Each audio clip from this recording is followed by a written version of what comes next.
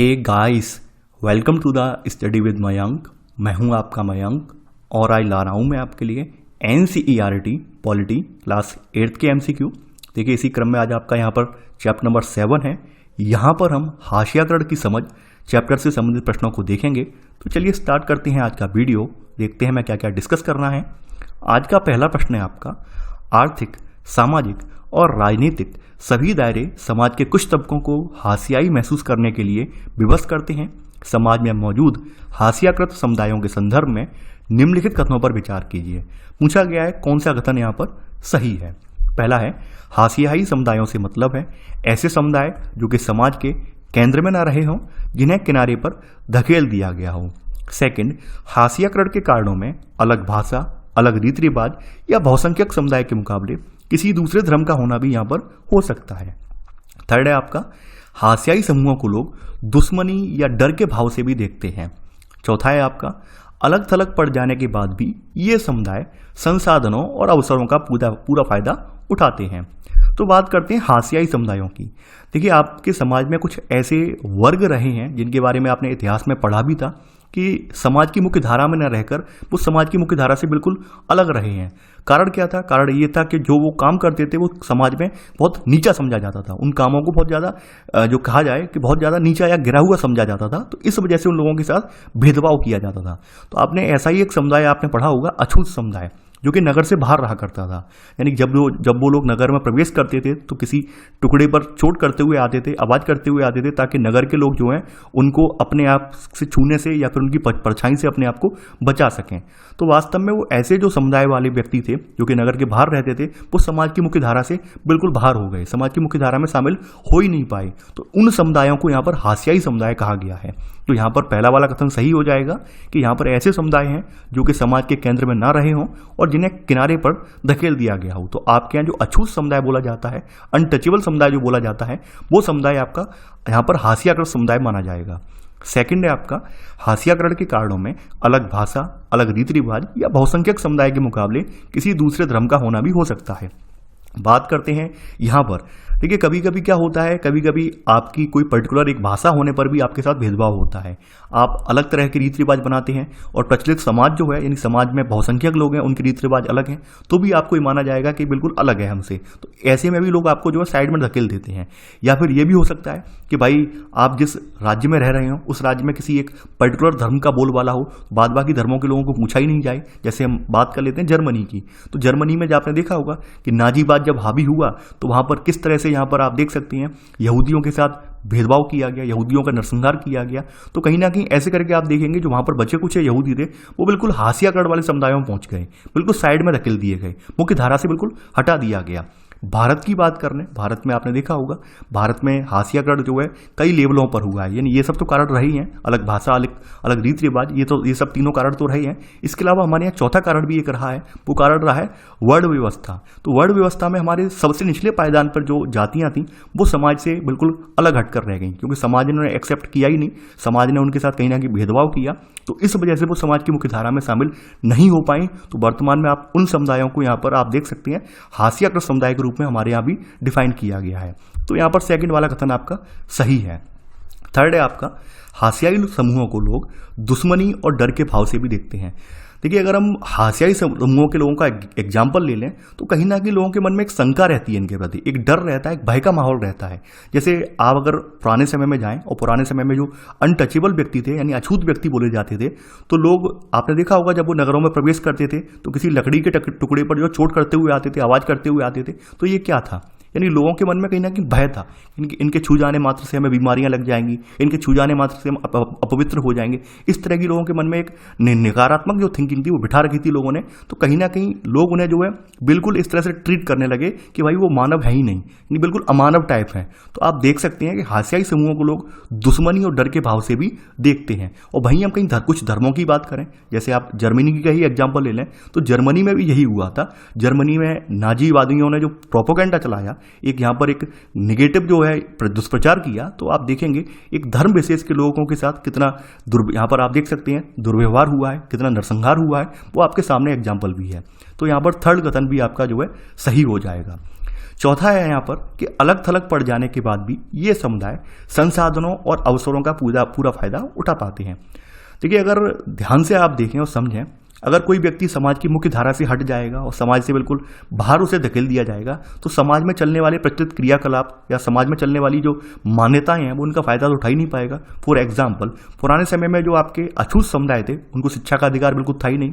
शिक्षा का अधिकार न होने की वजह से क्या हुआ, वो बिल्कुल अशिक्षित रह गए, उनका विकास ही नहीं हो पाया। तो कहीं ना कहीं आप देखेंगे जो समुदाय समाज से बिल्कुल अलग थलग हो जाता है वो ना तो समाज में मौजूद समुदाय के संसाधनों का लाभ उठा पाता है और ना ही उसे अवसर मिल पाते हैं। तो यहाँ पर ये चौथा वाला कथन गलत हो जाएगा। यहाँ पर लिखा गया है कि अलग थलग पड़ जाने के बाद भी ये समुदाय संसाधनों का, समुदाय संसाधन और अवसरों का पूरा फायदा उठा पाते हैं। नहीं, ये पूरा फायदा नहीं उठा पाते हैं। यानी कोई व्यक्ति अगर समाज से हट जाएगा, समाज की मुख्य धारा से निकल जाएगा बाहर, तो समाज में चलने वाले वो साधन है, संसाधन है, उनका लाभ कैसे उठा पाएगा, नहीं उठा पाएगा। तो ये बिल्कुल अलग पड़ गए थे। तो यहाँ पर आपका पहला, दूसरा और तीसरा कथन सही है। तो आंसर है आपका सी, केवल 1, 2 और 3। क्वेश्चन नंबर 2 है आज आपका, यानी भारत के मूल निवासी समुदाय जिन्हें प्राय आदिवासी के नाम से भी जाना जाता है, ऐसे समुदाय हैं जो जंगलों के साथ जीते आए हैं और आज भी उसी तरह जी रहे हैं। समाज में मौजूद आदिवासी समुदायों के संदर्भ में निम्नलिखित कथनों पर विचार कीजिए। पूछा गया है कौन सा कथन यहाँ पर असत्य है। पहला है, भारत की लगभग 10% आबादी आदिवासियों की है। सेकंड, देश के सारे महत्वपूर्ण खनन एवं औद्योगिक क्षेत्र जैसे जमशेदपुर, राउरकेला, बोकारो, भिलाई इत्यादि आदिवासी क्षेत्रों में है।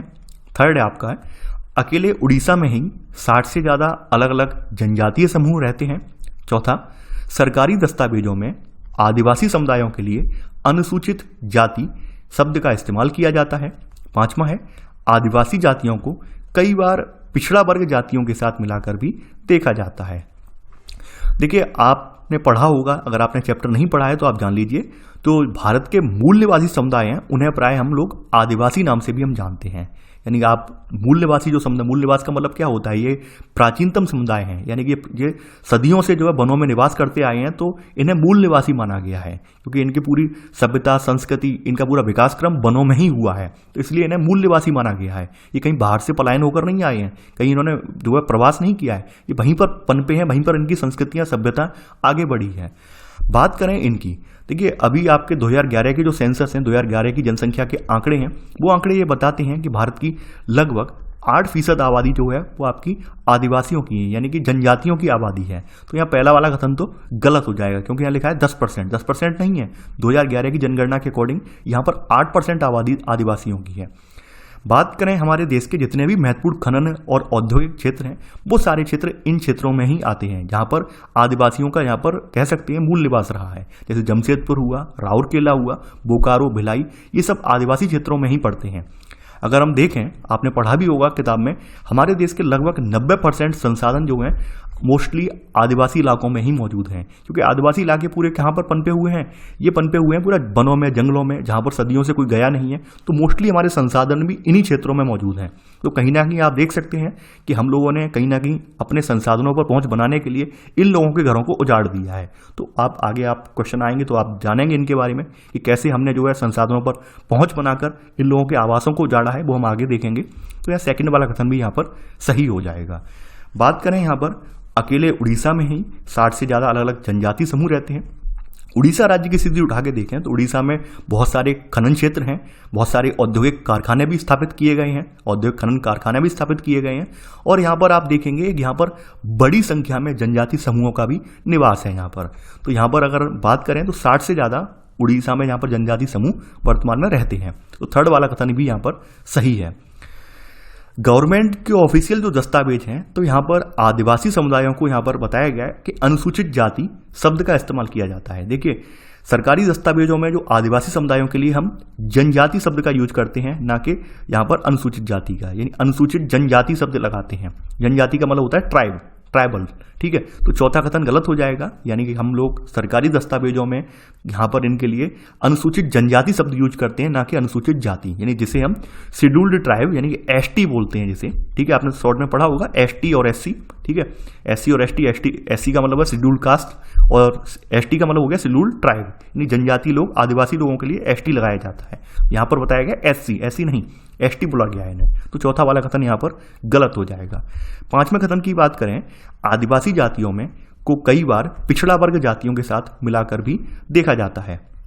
देखिए यहां पर इनकी स्थिति वही रही है जो कि आपके पूर्ववर्ती आप देखेंगे आजादी से पूर्व भारत में जो अछूत जातियों की रही थी, अनटचेबल जातियों की रही थी, यानी जो सामाजिक पायदान पे जो जातियां जो हैं बिल्कुल समाज की मुख्य धारा से हास्याग्रत रही हैं या बाहर रही हैं, तो बिल्कुल स्थिति इनकी वैसी ही आज की डेट में है। तो सरकार ने, यानी कि आप देखेंगे संविधान में इन समूहों को जो है SC के समान ही रखा है, शेड्यूल्ड कास्ट के समान ही रखा है, क्योंकि कहीं ना कहीं इन लोगों के साथ भी वही भेदभाव हो रहा है जो कि SC समुदाय के साथ हुआ है। तो इनकी स्थिति कहीं ना कहीं OBC की जैसी नहीं है, यानी अदर बैकवर्ड क्लास जैसी नहीं है, इनकी स्थिति बिल्कुल शेड्यूल्ड कास्ट जैसी है, क्योंकि कहीं ना कहीं इनके लोगों के साथ भी वही जातिगत भेदभाव देखने को मिलता है, क्योंकि इनका रहन सहन, पहनावा, इनकी बोलचाल सब कुछ अलग है। इस वजह से लोग इन्हें बिल्कुल कहीं ना कहीं बिल्कुल हास्याकृत मानते हैं, बिल्कुल समाज की मुख्य धारा से कटा हुआ मानते हैं। तो कहीं ना कहीं इन्हें भी शेड्यूल्ड कास्ट जैसा ही भेदभाव भी यहाँ पर इन्हें झेलना पड़ रहा है। तो इनकी स्थिति कहीं ना कहीं समाज में SC के समान रखी गई है, यानी SC और ST आपने एक साथ पढ़े भी होंगे वर्ड।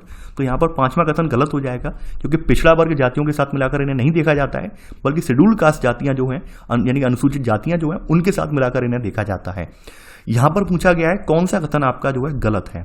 यहां पर पहला, चौथा और पांचवा कथन गलत है, तो आंसर होगा आपका बी, केवल 1, 4 और 5। क्वेश्चन नंबर 3 है आज आपका, आदिवासी समुदाय जाति वर्ण पर आधारित समुदायों या राजाओं के शासन में रहने वाले समुदायों से बिल्कुल अलग होते हैं। आदिवासी समाज में प्रचलित जाति व्यवस्था, धर्म एवं इनकी आस्था के संदर्भ में निम्नलिखित कथनों पर विचार कीजिए। यहां पूछा गया है कौन सा कथन आपका सत्य है, असत्य है। पहला है, आदिवासी समाजों में जाति व्यवस्था का प्रचलन न होने के कारण इनके भीतर ऊंच नीच का फर्क बहुत कम होता है। सेकंड, वे अपने पुरखों की गांव और प्रकृति, जिसमें पर्वत, नदी, पशु आती हैं प्रकृति में, इनकी उपासना करते हैं।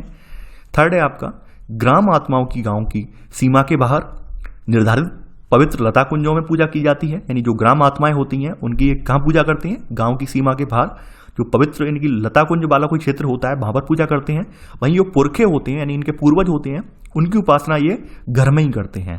चौथा है आपका, आदिवासी अपने आसपास के बौद्ध, ईसाई आदि धर्मों व शाक्त, वैष्णव, भक्ति आदि पंथों से भी प्रभावित होते रहे हैं। देखिए यहां पर आप आदिवासी समुदाय के बारे में एक बात जान लीजिए, आदिवासी समुदाय हमारे भारत में जितने भी आदिवासी समुदाय हैं ये कभी भी किसी राजा के अधीन नहीं रहे हैं, यानी स्वतंत्र चल रहे हैं। यानी कि आप ऐसे मान सकते हैं ये अपने कबीलों के रूप में रहे हैं, किसी साम्राज्य के अधीन नहीं रहे हैं, कभी भी स्वतंत्र रहे हैं। और कहीं ना कहीं हम यहाँ ये भी देखेंगे कि इनके में जैसे हमारे समाज में वर्ण व्यवस्था प्रचलित थी, उस तरह की व्यवस्था इनमें प्रचलित नहीं थी। ये अपने अपने कबीले बनाकर रहते थे। तो कहीं ना कहीं कबीले बनाकर रहने की वजह से क्या था, यहाँ पर जाति व्यवस्था का प्रचलन नहीं है। तो ऐसे में इनके यहाँ ऊंच नीच का भेदभाव भी नहीं होता है, यानी कि कोई व्यक्ति अपने आप में समाज में जो भी इनका कबीला है वहां पर ऊंच नीच का भेदभाव भी नहीं करता है कि हम ऊंचे हैं, वो फलाना जो अपर कास्ट का या लोअर कास्ट का, क्योंकि जाति है ही नहीं इनके यहाँ। तो यहाँ पर पहला वाला कथन बिल्कुल सही है। दूसरी बात यह है कि इनकी जो आस्था है वो प्रकृति में है, क्योंकि इनका जन्म ही जो है वो प्रकृति की गोद में हुआ है। तो कहीं ना कहीं इन्होंने अपने प्रकृति को ही अपना जो है यहाँ पर आराध्य माना है। तो प्रकृति ही अपने पुरखों की पूजा करते हैं, पुरखों को मतलब पूर्वजों की। इसके अलावा जहाँ पर रहते हैं, जिस क्षेत्र में रहते हैं, जिसे ये अपना गाँव कहते हैं, और साथ ही साथ प्रकृति में पर्वत, नदी, पशु, इनकी ये पूजा करते हैं। तो सेकंड वाला कथन बिल्कुल सही है। यहाँ पर ये अपनी ग्राम आत्माओं की भी पूजा करते हैं। ग्राम आत्माओं यानी गांव की, कुछ मानते हैं गांव, इनका गांव प्रकृति की गोद में है, तो कुछ इनकी दिव्य आत्माएं होंगी। तो ऐसा कोई क्षेत्र ये निर्धारित कर लेते हैं जहां पर इनकी पूजा की जाती है। और ये क्षेत्र जो होता है वो गांव की सीमा के बाहर नहीं होता है, यानी कि विद इन गांव के अंदर ही कोई क्षेत्र होता है। यानी जहां पर ये गांव के भीतर इनके जितने भी मकान बने हैं, जितने भी इनके टेम्परेरी आवास बने हैं, 40-50 आवास बने हैं, उसी में ही इनका कोई क्षेत्र होता है जहां पर कई सारे पेड़ वगैरह होते हैं। जैसे हमने देखा होगा अपने पीपल, बरगद वगैरह के पेड़ों की हम लोग भी पूजा करते हैं, हिंदू धर्म में पूजा की जाती है। तो वैसे इनका कोई क्षेत्र होता है जहाँ पर लता कुंज या फिर बहुत ज़्यादा हरियाली वाला क्षेत्र होता है। तो ये गांव की सीमा से बाहर नहीं होता है, बल्कि गांव की सीमा के अंदर ही होता है। ये ध्यान रखना आप, ठीक है। और दूसरी बात यह है, जो पुरखे होते हैं, पूर्वज होते हैं, इनकी पूजा ये अपने घर में ही करते हैं। तो यहाँ पर आधा स्टेटमेंट इस वजह से गलत हो जाएगा क्योंकि यहाँ लिखा है गांव की सीमा के बाहर। गांव की सीमा के बाहर नहीं करते हैं, बल्कि गांव की सीमा के अंदर करते हैं। तो थर्ड वाला कथन यहाँ पर इसी वजह से गलत हो जाएगा, क्योंकि यहाँ बाहर लिखा हुआ है, जबकि सेकंड इसका जो पीछे वाला पार्ट है वो सही है। चौथा कथन है आपका, आदिवासी अपने आसपास के बौद्ध, ईसाई आदि धर्मों व शाक्त, वैष्णव, भक्ति आदि पंथों से भी प्रभावित होते रहे हैं। देखिए समय समय पर तमाम प्रचारक वगैरह हैं, धर्म प्रचारक वगैरह हैं, वो इनसे मिलते रहे हैं, तो ये लोग इनके प्रभाव में आए हैं और ऐसे करके इन्होंने भी धर्म की तरफ रुख किया है। तो धर्म की तरफ रुख करने की वजह से धर्म में प्रचलित तमाम जो पंथ होते हैं, तमाम विचारधाराएं होती हैं, वो विचारधाराओं के भी मतों में ये विभक्त हुए हैं। जैसे शाक्त में, वैष्णव में, भक्ति आदि पंथों में भी ये लोग प्रभावित हुए हैं। तो चौथा वाला कथन भी यहाँ पर सही है। यहाँ पर पूछा गया है कौन सा कथन यहाँ पर असत्य है। यहाँ पर तीसरा वाला कथन असत्य है, तो आंसर है आपका बी, केवल थर्ड। क्वेश्चन नंबर 4 है आज आपका, आदिवासियों के धर्मों का आसपास के साम्राज्यों में प्रचलित प्रभुत्वशाली धर्मों पर भी असर पड़ता रहा है। इस संदर्भ में निम्नलिखित कथनों पर विचार कीजिए। यहां पर पूछा गया है कौन सा कथन यहां पर सही है। पहला है, उड़ीसा का जगन्नाथ पंथ और बंगाल व असम की शक्ति एवं तांत्रिक परंपराएं आदिवासी समूहों की प्रचलित मान्यताओं के उदाहरण हैं। सेकंड, आदिवासियों की अपनी भाषाएं रही हैं जो कि संस्कृत जितनी पुरानी हैं। थर्ड है आपका, आदिवासी समुदायों में संथाली भाषा बोलने वालों की संख्या सबसे ज़्यादा है। देखिए वर्तमान में आपके प्रचलित कुछ पंथ हैं या कुछ आप ऐसी चीज़ें देखते होंगे, जैसे बंगाल का जब भी नाम आता है तो काली पूजा, तंत्र साधना आपके मन में अपने आप आ जाता है। भाई बंगाल तंत्र साधना, तांत्रिक क्रियाओं के लिए फेमस है, असम तांत्रिक क्रियाओं के लिए फेमस है। आपके मन में अपने आप ये बातें आ जाती हैं, आपने देखा होगा। तो ये जो चीज़ें हैं जो समाज में आप देख रहे हैं, इस तरह की जो चीज़ें हैं, ये आदिवासी समुदायों की ही देन है। यानी जो इस तरह की जो मान्यताएं, इस तरह के रीति रिवाज आप देख रहे हैं, ये आदिवासी समुदायों की ही देन है। तो उड़ीसा का जो जगन्नाथ पंथ आप देख रहे हैं, या बंगाल या असम की शक्ति और तांत्रिक परंपराएं जो देख रहे हैं, वो आदिवासी समूहों से ही प्रेरित हैं। तो यहाँ पर पहला वाला कथन बिल्कुल सही हो जाएगा। बात करें आदिवासी, देखिए यहाँ पर जितने भी आपके आदिवासी समूह हैं, हर आदिवासी समूह की अपनी अपनी भाषाएं रही हैं। क्योंकि आदिवासी समूहों का विकास कहाँ पर हुआ है? प्रकृति की गोद में हुआ है, बिल्कुल वनों में, जंगलों में हुआ है। तो इस वजह से समाज की मुख्य धारा से कहीं ना कहीं बिल्कुल अलग रहे हैं ये। तो यहाँ पर जो रिसर्चर वगैरह हैं, भाषाई विकास के रिसर्चर वगैरह हैं, यानी कि जो खोजकर्ता हैं, तो उन्होंने पता लगाया है कि इनकी जो भाषाएं रही हैं वो लगभग संस्कृत जितनी पुरानी रही हैं। यानी आज से आप देखेंगे संस्कृत लगभग 3500 साल पुरानी संस्कृत है, तो उतनी ही पुरानी इनकी भी भाषाएं रही हैं, क्योंकि ये आरंभिक समय से हैं। समझ रहे हैं आप? तो यहाँ पे सेकंड वाला कथन भी यहाँ पर सही है। थर्ड है, यहाँ पर आदिवासी समुदायों में संथाली भाषा बोलने वालों की संख्या सबसे ज़्यादा है।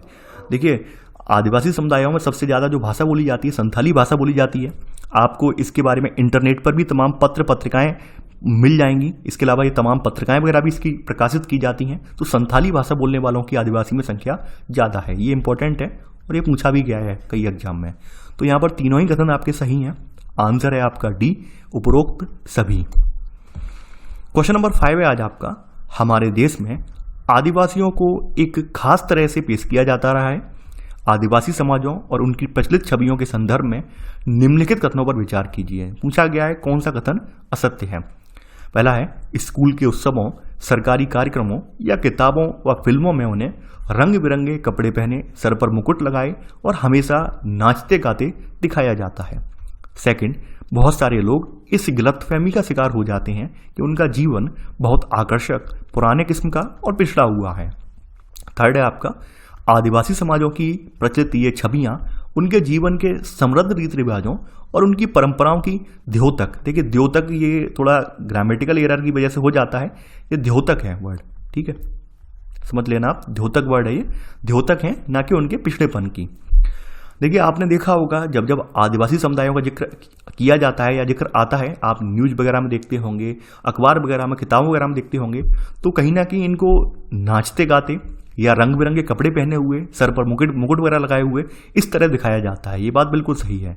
ये इस तरह की जो उनकी छवियां होती हैं, तो खास करके ये छवियां इनके कुछ त्यौहार वगैरह होते हैं, जैसे हम लोगों के कुछ त्यौहार हैं, होली दिवाली हम लोग मनाते हैं जनरली, तो वैसे ही इनके भी अपने अपने त्यौहार होते हैं। जो कि सीजन किसी एक पर्टिकुलर सीजन में इनके त्यौहार आते हैं। तो उसी त्यौहार के दौरान ये लोग अपनी जो इनकी परंपरागत वेशभूषा है वो धारण करते हैं। तो वही सब जो आप देख रहे हैं चित्र, वो किसी ना किसी इनके त्यौहार की चित्र होते हैं, जब इनके नाचते गाते हुए दिखाया जाता है। हम लोग भी अपने क्या है, अपने त्यौहारों पर हम एंजॉय करते हैं, तो वो भी अपने त्यौहारों पर एंजॉय करते हैं।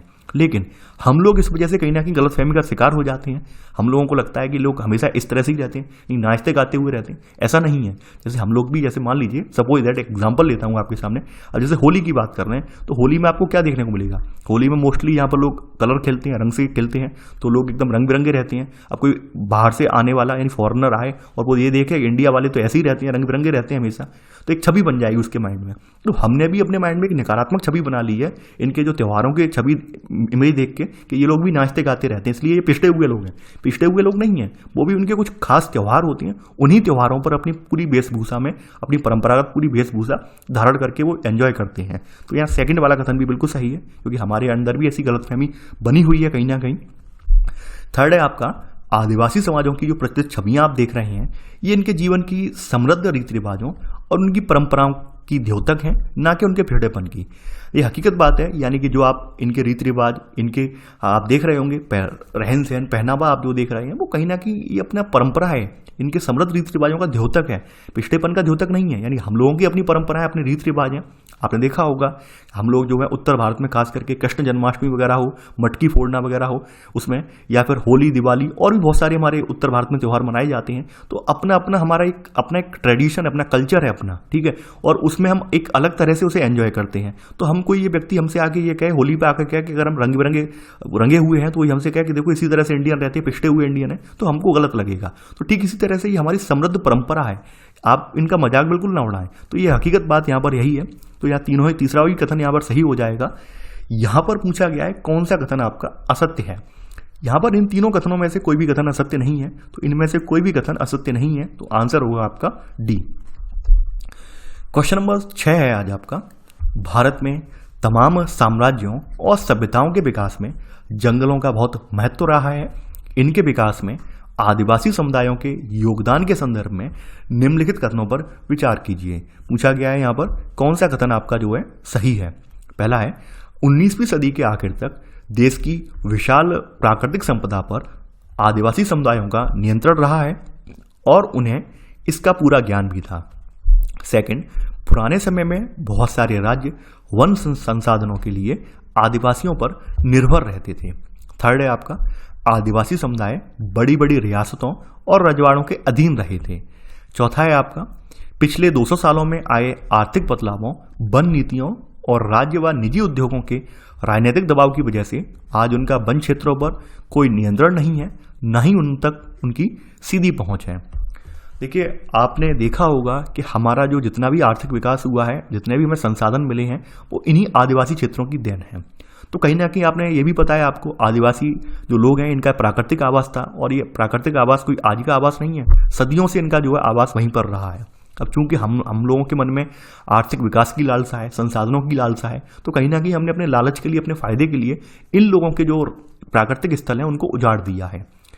बात करें अगर हम इनके क्षेत्रों की, तो देखिए यहाँ पर जो इनके जो क्षेत्र हैं, इनके क्षेत्रों पर इनका 19वीं सदी तक पूरा यहाँ पर नियंत्रण रहा है। यानी कि जो प्राकृतिक संपदा वाले क्षेत्र हैं हमारे भारत में, उन सब क्षेत्रों पर अच्छे खासे आदिवासी समुदायों के अधीन ये रहे हैं 19वीं सदी तक। यानी जब तक अंग्रेज हमारे यहाँ नहीं आए हैं, तब तक यहाँ पर आदिवासी समुदायों का यहाँ पर राज चला है। यानी आदिवासी समुदायों ने इन संसाधनों का प्रयोग किया है और वही इनका दोहन करते थे, कोई और बाहरी व्यक्ति दोहन नहीं करता था। आपको पता होगा जब देश में हमारे यहाँ अंग्रेज आए हैं, तो अंग्रेज तरह तरह के कानून लाए हैं, तो उन कानूनों की वजह से कहीं ना कहीं इन आदिवासी समुदायों को इन संसाधनों से वंचित कर दिया गया है। लेकिन आप देखेंगे आदिवासी जो लोग होते हैं वो अपने आसपास मौजूद जो फल या पेड़ वगैरह हैं, या फिर जो वनस्पतियां वगैरह होती हैं, उन्हें उनका पूरा ज्ञान होता है। वो बता देते हैं कि भाई ये चीज़ इस काम में आती है, इस चीज़ इस काम में आती है। तो यहाँ पर पहला वाला कथन बिल्कुल सही हो जाएगा। यानी हमारे यहाँ अंग्रेजों के आने के पहले तक हमारे यहाँ जो जितने भी आपके वन्य संसाधन हैं, प्राकृतिक संसाधन हैं, वो सब आदिवासियों के अधीन रहे हैं और उन्हें इसका पूरा ज्ञान भी रहा है। तो पहला वाला कथन बिल्कुल सही है। सेकंड है, पुराने समय में बहुत सारे राज्य वन संसाधनों के लिए आदिवासियों पर निर्भर रहते थे। देखिए, पुराने समय में आपको पता होगा वनों में हाथी वगैरह मिलते हैं और भी यहाँ पे वनों में कंदमूल वगैरह या वनों में औषधियाँ भी उगती हैं, तो तमाम राजा वगैरह या फिर राजकीय वैद्य वगैरह होते थे, वो लोग इनसे संपर्क में रहते थे ताकि वो दवाइयाँ वगैरह इनसे जो है औषधियाँ वगैरह जो है वो मंगा सकें। तो कहीं ना कहीं आप देखेंगे पुराने समय में जितने भी राज्य वगैरह थे वो वन संसाधनों के लिए इन आदिवासियों पर निर्भर रहते थे। तो सेकंड वाला कथन भी यहाँ पर सही है। थर्ड है आपका, आदिवासी समुदाय बड़ी बड़ी रियासतों और रजवाड़ों के अधीन रहे थे। ये थर्ड वाला कथन बिल्कुल गलत है। जैसा कि मैंने आपको पहले ही बताया था, आदिवासी शुरुआत से ही स्वतंत्र रहे हैं, इन पर किसी का भी जोर दबाव नहीं चला है। ये अपने अपने समुदाय बनाकर वनों के अंदर अपने अपने कबीले बनाकर रहे हैं। इनके ऊपर ना किसी राजा ना ही इनके ऊपर किसी व्यक्ति की चली है, यानी अपना इनका खुद का कानून चलता है। समझ रहे हैं आप? यानी तमाम जगहों पर जो आज आप आंदोलन देख रहे हैं, तमाम जगहों पर आप जो भिड़ंत देख रहे हैं, वो इसी बात का नमूना है, इसी बात की इनकी एक नाराजगी है। जैसे पूर्वोत्तर के राज्य उठा के देख लीजिए, पूर्वोत्तर के राज्य में जो सशस्त्र सेना के साथ लगातार टकराव हो रहा है, तो टकराव होने का कारण यही है। वो ये कह रहे हैं कि आप लोग हमारे रीति रिवाजों में हस्तक्षेप क्यों कर रहे हैं, हमारे अपने खुद के कानून बने हुए हैं, हम आपके किसी कानून को नहीं मानते हैं। नक्सली आप उठा के देख लीजिए, नक्सली में भी लगभग 50% से ज़्यादा नक्सली जो है वो आदिवासी समुदाय के हैं, क्योंकि उनके संसाधन छिन गए हैं। तो संसाधन छिन गए हैं तो कहीं ना कहीं उन लोगों ने एक गलत राह पकड़ ली है, गलत रास्ता पकड़ लिया है।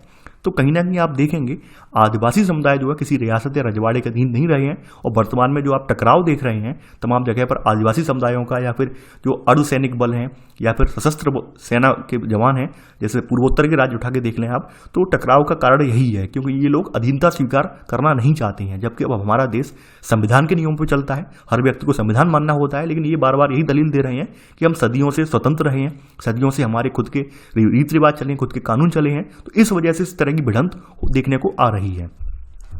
चौथा है यहाँ पर आपका, पिछले 200 सालों में आए आर्थिक बदलावों, वन नीतियों, राज्य व निजी उद्योगों के राजनीतिक दबाव की वजह से इनका वन क्षेत्रों पर कोई नियंत्रण नहीं है और न ही उन तक सीधी पहुंच है। जैसा कि मैंने आपको पहले वाले स्टेटमेंट में भी बताया था, जैसे ही हमारे यहाँ ब्रिटिश रूल स्टार्ट हुआ है, और ब्रिटिश रूल में आप देखेंगे जैसे ही आपके यहाँ रेलवे का विकास वगैरह हुआ है, या फिर अंग्रेजों के औद्योगिकरण स्टार्ट हुआ है, अंग्रेजों ने वनों पर तमाम तरह की वन नीतियां बनाई हैं, वनों पर तमाम कानून बनाए हैं। तो ऐसे करके इनके प्राकृतिक आवास ने फिर बेदखल किया गया है।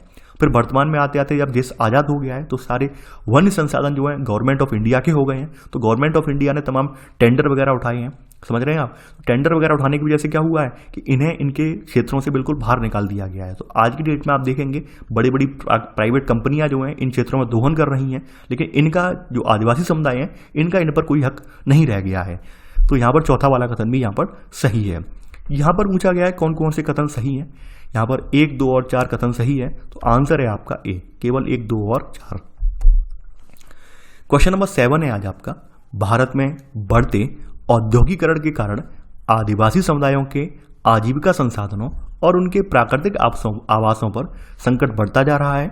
इसके संदर्भ में सरकार द्वारा जारी निम्नलिखित आंकड़ों पर विचार कीजिए। यहाँ पूछा गया है कौन सा कथन असत्य है, यानी गवर्नमेंट ने कुछ आंकड़े जारी किए हैं। गवर्नमेंट ने ये बात गवर्नमेंट को भी दिख रही है कि जो हमारे द्वारा जो नीतियां चलाई जा रही हैं या हमारे द्वारा जो औद्योगिक विकास के लिए प्रयास किए जा रहे हैं, उस औद्योगिक विकास के फलस्वरूप तमाम ऐसे समुदाय भी हैं समाज में जो कि अपने अपने प्राकृतिक आवासों से हाथ धो बैठे हैं। तो गवर्नमेंट को भी इस बात का पता है, क्योंकि तमाम बार आपने देखा होगा जो सामाजिक समूह के लोग होते हैं, एनजीओ वगैरह होते हैं या सामाजिक संस्थाएं होती हैं, वो इनकी तरफ से हक की लड़ाई लड़ रही हैं सुप्रीम कोर्ट में आंदोलन वगैरह के जरिए।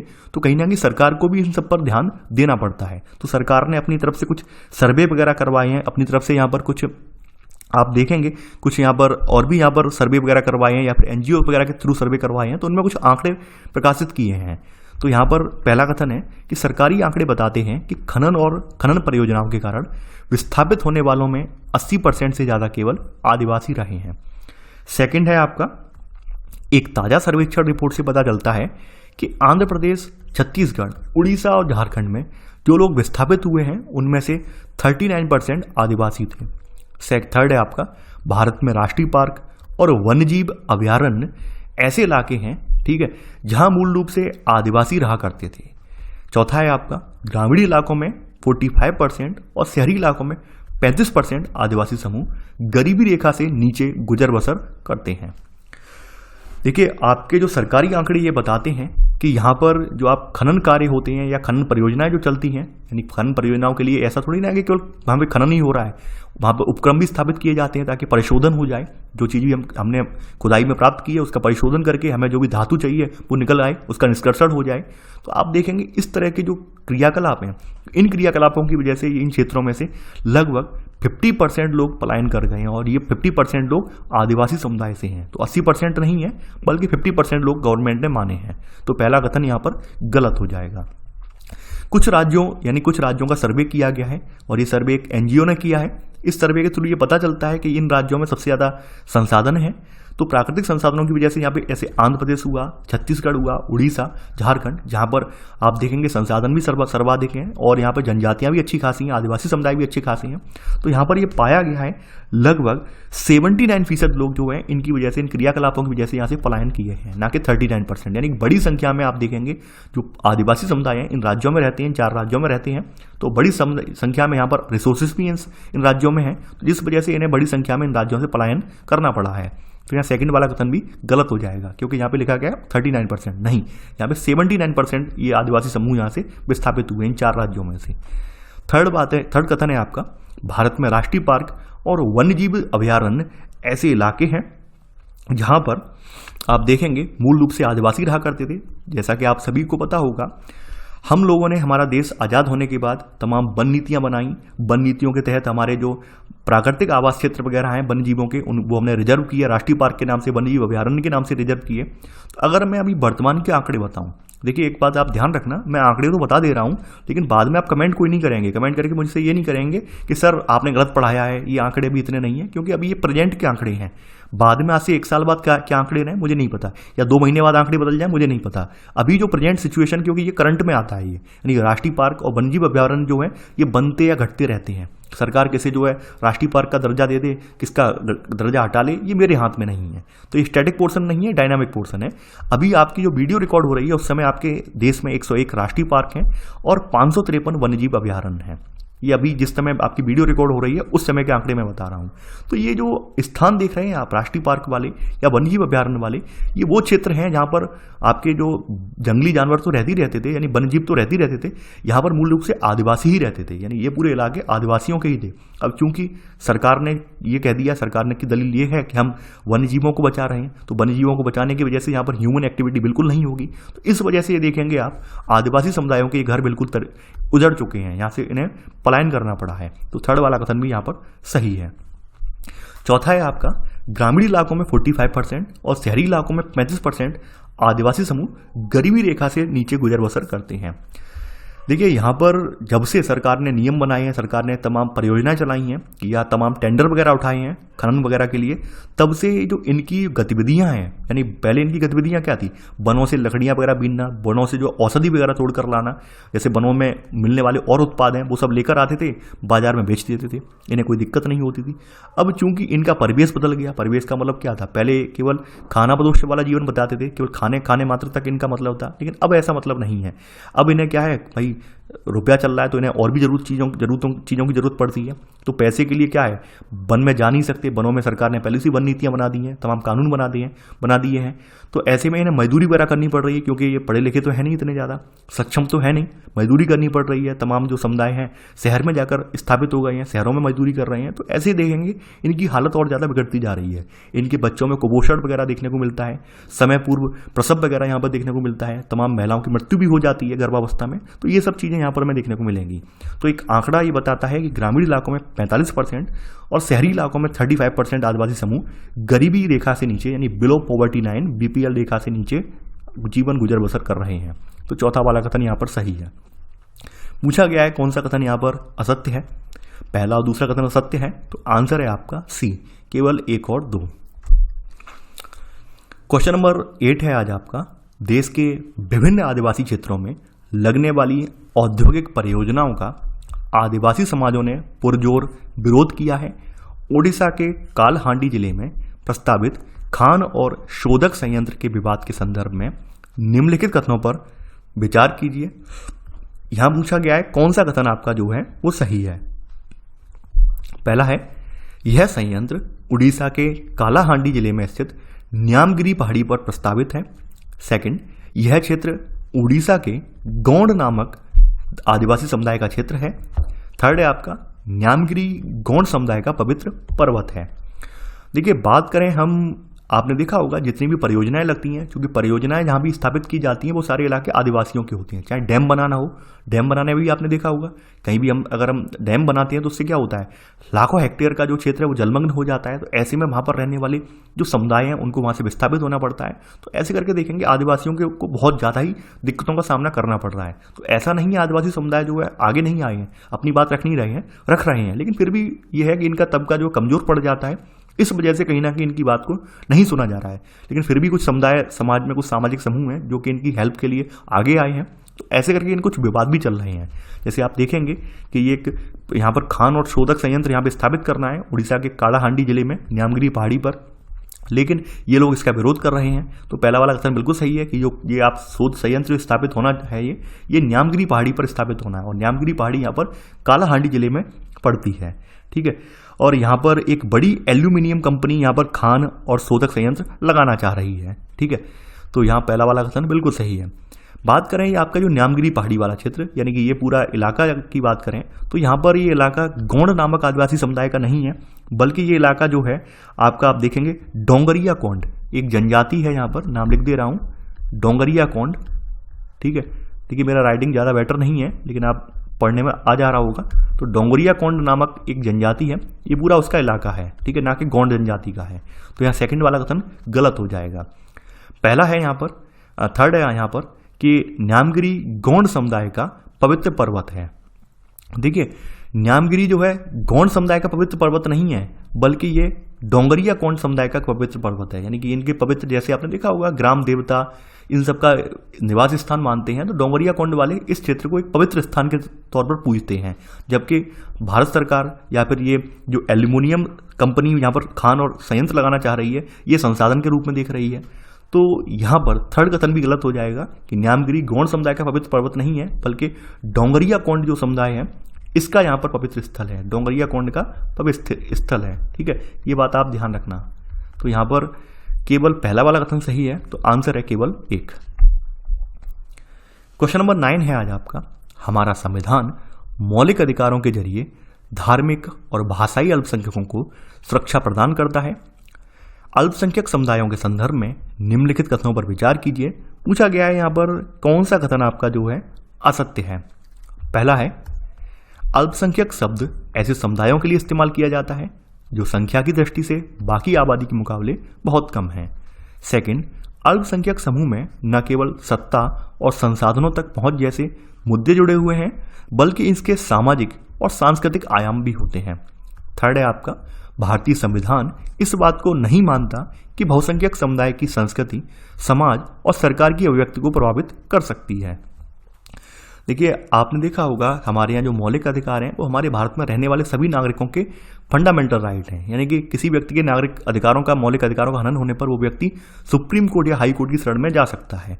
तो ऐसे में हमने कोशिश यही की है हमारे मौलिक अधिकारों के जरिए कि हमारे भारत में हर वर्ग को प्रतिनिधित्व मिल सके, ऐसा कोई वर्ग हमारे यहाँ छूट ना जाए। तो बात करें हमारे यहाँ जो अल्पसंख्यक समुदाय हैं उनके बारे में।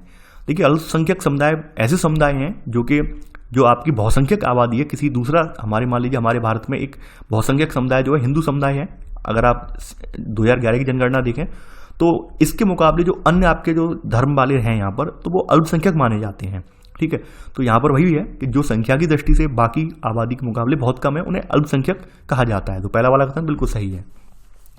बात करें अल्पसंख्यक समूह में, देखिए अल्पसंख्यक समूह को न केवल सत्ता और संसाधनों तक पहुंच जैसे मुद्दे इनसे जुड़े हुए हैं। बिल्कुल ऑब्वियस सी बात है, कभी कभी क्या हो जाता है, कभी कभी ये परिस्थितियां बन जाती हैं देश में कि बहुसंख्यक समाज जो होता है अल्पसंख्यकों को दबाने की कोशिश करता है। जैसे पाकिस्तान का एग्जाम्पल ले लें, पाकिस्तान में आप देखेंगे जो मेजॉरिटी में है इस्लाम वाले हैं और माइनॉरिटी में हिंदू हैं, तो आप देखेंगे किस तरह से वहाँ पे हिंदुओं को दबाया गया है। तो वही यहाँ पर आप देखें किसी भी देश के साथ यही होता है कि जहाँ पर बहुसंख्यक समुदाय जो होता है वो अल्पसंख्यक को दबाने का प्रयास करता है, साथ ही साथ उनकी सामाजिक और सांस्कृतिक जो पहलू होते हैं उनको भी कुचलने का प्रयास करता है। तो यहाँ पर आप देखेंगे कभी कभी जब भी अल्पसंख्यक की बात आती है तो यहाँ पर इनके लिए सत्ता, संसाधनों तक पहुँच जैसे मुद्दे भी इनसे जुड़कर आते हैं, इन पर भी बात होती है और साथ ही साथ सामाजिक और सांस्कृतिक आयामों पर भी चर्चा होती है। तो सेकंड वाला कथन भी यहाँ पर सही है। थर्ड कथन है आपका कि भारत का संविधान इस बात को नहीं मानता कि बहुसंख्यक समुदाय की संस्कृति समाज और सरकार की अभिव्यक्ति को प्रभावित कर सकती है। देखिए, हमारे संविधान निर्माताओं के माइंड में ये बात बहुत पहले से ही थी कि ऐसा ना हो कि जैसा पाकिस्तान में हो रहा है वो हमारे यहाँ ना हो। तो इस बात के लिए उन्होंने पहले ही ये बात सुनिश्चित कर दी और हमारे जो फंडामेंटल राइट्स हैं, मानी मौलिक अधिकार हैं, वहाँ पर आर्टिकल 29 और 30 इसी बात के लिए रिजर्व कर दी है कि हमारे समाज में रहने वाले जो भी आप देख सकते हैं माइनॉरिटी वाले लोग हैं, यानी अल्पसंख्यक समुदाय हैं, उनके अधिकार सुनिश्चित बने रहें, उनके अधिकारों के साथ कोई खिलवाड़ न किया जा सके, उन्हें दबाया ना जा सके, यानी उनकी संस्कृति, उनकी रीति रिवाज बने रहें। इसलिए उन्होंने आर्टिकल 29 और 30 में इनके बारे में विस्तार से इनका जो है यहाँ पर क्या क्या अधिकार इन्हें मिलना चाहिए वो सारा इनका मैं जिक्र कर दिया है। तो कहीं ना कहीं आप देख सकते हैं हमारे संविधान निर्माताओं के माइंड में ये बात थी कि कहीं बहुसंख्यक समुदाय जो है देश में रहने वाले अल्पसंख्यक समुदायों को जो है संस्कृति को या उनके जो भी सामाजिक आयाम उनको कुचल ना दे। तो इसलिए उन्होंने ऐसे प्रावधान आपके संविधान में पहले से ही रख दिए हैं।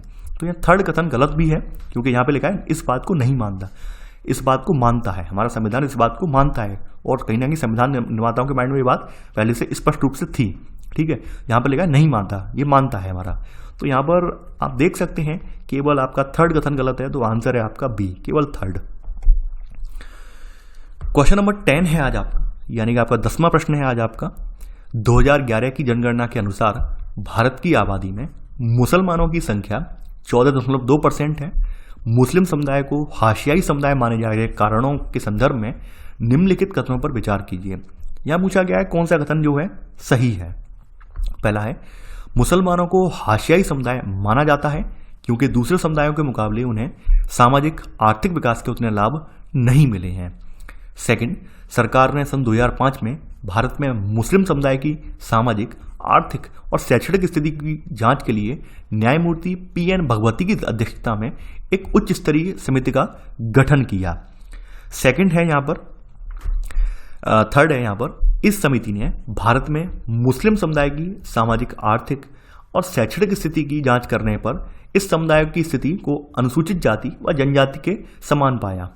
देखिए, अगर हम बात करें अपने देश में तो हमारे यहाँ आबादी में सन 2011 के सेंसस के अकॉर्डिंग देखें तो हमारे यहाँ लगभग 14.2% हमारे यहाँ मुस्लिम आबादी निवास कर रही है। और मुसलमानों की बात करें तो मुस्लिम समुदाय भी हमारे यहाँ कहीं ना कहीं हाशिया का समुदाय से माना जाता है क्योंकि इसे इतने ज़्यादा लाभ नहीं मिल पा रहे हैं, सामाजिक आर्थिक विकास का नहीं हो पा रहा है जितना इसका होना चाहिए था। तो पहला वाला कथन यहाँ बिल्कुल सही है। इस बात को ध्यान में रखते हुए हमारे यहाँ जो है सेंट्रल गवर्नमेंट ने यहाँ पे कमेटी बनवाई थी और ये कमेटी जो बनी थी PN भगवती की अध्यक्षता में नहीं बनी थी बल्कि एक राजेंद्र सच्चर हैं, नाम लिख दे रहा हूँ, राजेंद्र सच्चर करके हैं यहाँ पर न्यायमूर्ति। ठीक है, तो इनकी अध्यक्षता में समिति ये गठित की गई थी। ठीक है, तो इस समिति ने अपनी रिपोर्ट सबमिट की है इस मुस्लिम समुदाय के बारे में। ध्यान रखना, राजेंद्र सच्चर की समिति की रिपोर्ट के बारे में हर बार जिक्र पूछा जाता है और इसने जो है एक विस्तार पूर्वक अध्ययन भी किया है मुस्लिम समुदाय का, इनकी योग्यता का, इनके सामाजिक आयामों का। ठीक है, तो ये राजेंद्र सच्चर समिति है, तो सेकंड वाला कथन गलत हो जाएगा। ये समिति सन 2005 में भारत सरकार ने बनवाई थी, इसकी अध्यक्षता में न्यायमूर्ति राजेंद्र सच्चर की अध्यक्षता में। थर्ड कथन है यहाँ पर राजेंद्र सच्चर समिति है तो इसने पूरा इनका एनालिसिस किया, इनके बारे में पूरा डेटा जुटाया और डेटा जुटाने के बाद इसने जो डेटा पर फाइनल अपना निष्कर्ष दिया है वो इसने ये दिया है कि जो हमारे देश में मुस्लिम समुदाय हैं वो देश में मौजूद शेड्यूल कास्ट और शेड्यूल ट्राइब की भांति यहाँ पर ये जीवन यापन कर रहे हैं। कोई इनके जीवन में कोई विशेष बदलाव यहाँ पर नहीं आया है, ना ही इनके में इतनी ज़्यादा शैक्षणिक उपलब्धियाँ इन्हें हासिल हुई हैं, ना ही सामाजिक रूप से भी इतने ज़्यादा ऊपर पायदान पर पहुँच पाए हैं। तो यहाँ पर थर्ड वाला कथन बिल्कुल सही है। यहाँ पर आप देख सकते हैं केवल पहला और तीसरा कथन सही है, तो आंसर है केवल 1 और 3। अब इनसे जुड़े हुए कुछ आंकड़े हैं वो भी मैं आपको दिखा देता हूँ। जैसे यहाँ पर इंडिया ह्यूमन डेवलपमेंट रिपोर्ट 2011 के अकॉर्डिंग यहाँ पर बताया गया है कि मूलभूत सुविधाओं के मामले में कौन किस पायदान पर है। हिंदू समुदाय में लगभग 65.4% लोगों के पास अपना पक्का घर है, 75.2 के पास बिजली है और 43.7 के पास खुद का नल का पानी है। मुस्लिम समुदाय में पक्का घर 63.8% के पास है, बिजली केवल 67.5% लोगों के पास है और नल का पानी 35.8% लोगों के पास है। ईसाई लोगों की भी यहाँ पर संख्या अच्छी खासी है। आप इन चारों में कंपेयर करेंगे तो आप देखेंगे मुस्लिम समुदाय वाले ही यहाँ पर सबसे निचले पायदान पर हैं, यानी इनके पास घर भी कम है, बिजली भी नहीं है और नल का पानी भी इन्हें उपलब्ध नहीं हो पा रहा है। कुछ और आंकड़े भी जो है सच्चर समिति ने अपने दिए हैं। सच्चर समिति की रिपोर्ट में स्कूली शिक्षा के बारे में बात की गई है। तो सच्चर समिति की रिपोर्ट ये कहती है कि 6 से 14 साल के जो बच्चे हैं इनमें से इनके 25% बच्चे ऐसे हैं जो कभी स्कूल गए ही नहीं है, यानी कभी जो है स्कूल जा ही नहीं पाए हैं। और ये अगर आप जितने भी आपके धार्मिक समुदाय हैं उनके बच्चों की संख्या में इनके बच्चों की संख्या ये काफ़ी ज़्यादा है जो कभी स्कूल जा ही नहीं पाई है। यानी इनके यहाँ इतने 6 से 14 साल के ऐसे 25% बच्चे हैं जो कि कभी स्कूल जा ही नहीं पाए हैं। आगे बढ़ते हैं, अब साक्षरता दर की बात करते हैं। साक्षरता दर के आंकड़े जो है आपके 2011 के अकॉर्डिंग है। तो बताया गया है कि कितनी साक्षरता देश में 74% है, जिसमें हिंदू 63% हिंदू में है, 57% आपके मुस्लिम में है, 74 आपके ईसाई में है, 67% सिख में, 71 बौद्ध में और जैन में यहाँ पर सबसे ज़्यादा है। यानी कि आप अगर देखेंगे साक्षरता दर के मामले में भी तो हमारे यहाँ जैन समाज जो है सबसे ऊपर है साक्षरता दर में, वहीं मुस्लिम समुदाय जो है सबसे नीचे है। तो ये आपकी भारत की जनगणना बता रही है, यानी कि ये भारत की जनगणना के आंकड़े हैं। आगे बढ़ते हैं, बात करें सरकारी नौकरियों मुस्लिम व्यक्ति कितना है। यहाँ पर आबादी के हिसाब से दिखाया गया है, प्रशासनिक सेवा में कितने हैं, आपके आईपीएस में कितने, आईएफएस में कितने हैं, यानी कि पूरा दिखाया गया है कि एक साल में जो एग्जाम होता है उसमें कितने जा पाते हैं, वो स्थिति यहाँ दिखाई गई है। और कुछ चीज़ें सच्चर समिति ने और बताई हैं, जैसे सच्चर समिति ने एक चीज़ और बताई। सच्चर समिति का कहना ये है कि तमाम लोगों को लगता है कि मुस्लिम व्यक्तियों के बच्चे जो आप देख रहे होंगे 6 से 14 साल वाले 25% बच्चे जो स्कूल जा ही नहीं पा रहे हैं। तो कुछ लोगों को ये लगता है कि ये लोग जो नॉर्मल स्कूल है इसमें अपने बच्चे भेजने नहीं चाहते हैं, जो धार्मिक स्कूल हैं इनके जो है समाज के, वहाँ पर अपने बच्चों को भेजना चाहते हैं। ये लोगों के मन में एक गलत धारणा बन गई है कि मुसलमान अपने बच्चों को सिर्फ मदरसों में भेजना चाहते हैं। तो सच्चर समिति ने रिपोर्ट पेश की और सच्चर समिति की रिपोर्ट के अकॉर्डिंग ये पाया गया सच्चर समिति की रिपोर्ट में कि केवल 4% बच्चे ही इनके जो है वो मदरसा में पढ़ रहे हैं, यानी मदरसा में केवल 4% बच्चे पढ़ रहे हैं इनके, ओनली 4%, ठीक है। और इसके अलावा यहाँ पर मुस्लिम समुदाय के 66% बच्चे 66% बच्चे जो हैं वो गवर्नमेंट स्कूल में पढ़ रहे हैं और वहीं आप देख सकते हैं इनके जो हैं 30% बच्चे जो हैं वो प्राइवेट स्कूल में पढ़ रहे हैं। यानी कि ये लोगों ने एक गलत धारणा बना रखी है कि मुस्लिम समुदाय अपने बच्चों को केवल और केवल मदरसा में पढ़ाना चाहता है। मदरसा में केवल इनके 4% बच्चे पढ़ रहे हैं, गवर्नमेंट स्कूल में इनके 66% बच्चे हैं और प्राइवेट स्कूल में इनके 30% बच्चे 30% बच्चे इनके निजी स्कूलों में पढ़ रहे हैं। तो ये तो इनके बारे में कुछ आंकड़े हो गए। तो ऐसे करके हमने यहाँ पे पूरा चैप्टर कवर कर लिया है। तो आई होप आपको ये चैप्टर पसंद आया होगा। देखिए आप लोग वीडियो को लाइक शेयर करना बिल्कुल ना भूलें, आप लोगों से गुजारिश है मेरी। और आप लोग अभी देख रहा हूँ मैं कुछ दिनों से आप वीडियो को पसंद नहीं कर रहे हैं, पता नहीं आपको लग रहा है बहुत लेंदी वीडियो बन रहा है या फिर आपको ये लग रहा है कि सर क्वेश्चन का लेवल बहुत ज़्यादा टफ रख दिया है। देखिए आप लोग इसी लेवल से अगर अभ्यास करेंगे तो यकीन मानिए आप यूपीएससी में भी क्वेश्चन अटेम्प्ट कर पाएंगे। तो आप लाइटली मत पढ़िए, डीपली पढ़िए, कंटेंट पर फोकस कीजिए और ये देखिए हर चैनल पर जाके कंटेंट हमें कहाँ बेटर मिल रहा है, वहीं पर आप स्टडी कीजिए, इधर उधर मत भटकिए। अभी मैं आपको एक मजाक की बात बताता हूँ। मुझे अभी किसी स्टूडेंट ने एक वीडियो भेजा और उस वीडियो में मैंने ये देखा कि एक मैडम है, उनके वीडियो पर लाखों की संख्या में व्यू है, मिलियंस में व्यू हैं, जिन्होंने पॉलिटी कवर करवाई है एनसीईआरटी की। तो उन्होंने 6 से लेकर 12 तक की जो पॉलिटी है वो केवल 1 घंटे में कवर करवा दी है। अब समझ में नहीं आया कि 1 घंटे में उन्होंने क्या पढ़ाया होगा, ये मुझे भी समझ में नहीं आया। उस बच्चे ने भी कहा कि सर ये लोग टाइम पास कर रहे हैं और फिर भी इनके इतने ज़्यादा व्यू हैं। तो भैया टाइम पास मत कीजिए, जहाँ पर रियल कंटेंट है रियल कंटेंट पर फोकस कीजिए। इस तरह के तमाम वीडियो मिल जाएंगे जो 1-1 घंटे में आपको पूरी पॉलिटी खत्म करवा देंगे, लेकिन आपको नॉलेज नहीं मिलेगी। आपको डीपली नॉलेज लेनी है तो आपको एकदम कंप्लीटली ऐसे लेक्चर देखिए जहाँ पर कंप्लीटली नॉलेज दी जा रही हो। ऐसे 1 घंटे वाले वीडियो से आप बचिए, ये आपके यूपीएससी लेवल के तो बिल्कुल भी नहीं है, ठीक है। तो आई होप आपको मेरी बातें समझ में आई होंगी। तो चलिए आज के लिए बस इतना ही। Thanks for watching. जय हिंद।